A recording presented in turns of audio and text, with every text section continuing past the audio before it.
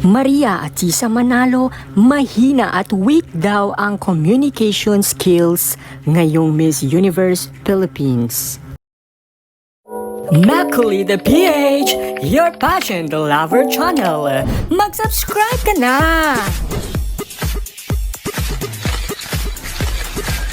Hello Universe! Welcome to my YouTube channel.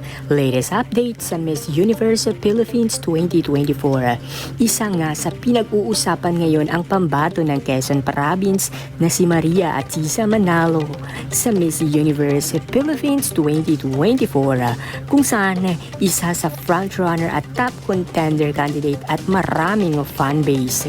Isa nga sa consistent top contender candidate na laging inaabangan ng mga supporters nito, ngunit di maiiwasan ng mga bashers nito na pinupuna ito sa kanyang communication skills. Ayon sa mga ilang netizens ay di nga raw marunong at magaling sumagot ito sa Q&A. Wala nga raw laman ang kanyang mga sinasabi. Talagang mahihirapan daw si Atisa ngayon dahil sa communication skills niya na dapat daw muna nitong i-improve at pakatutukan.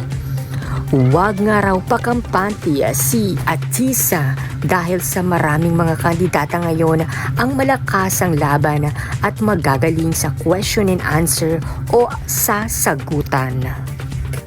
Ngunit pagbabahagi at sagot naman ng mga supporters ni Atisa sa mga bashers nito ay hindi raw quiz bee ang Miss Universe para patalinuhan ng mga kandidata.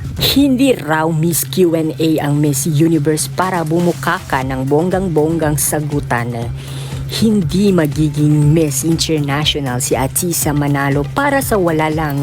Dagdag pa ng mga netizens ay marami nang napatunayan si Maria Atisa Manalo at hintayin na nga raw ang finale ng Miss Universe Philippines kung saan ay mapapatunayan kung gaano kagaling ang isang Maria Atisa Manalo.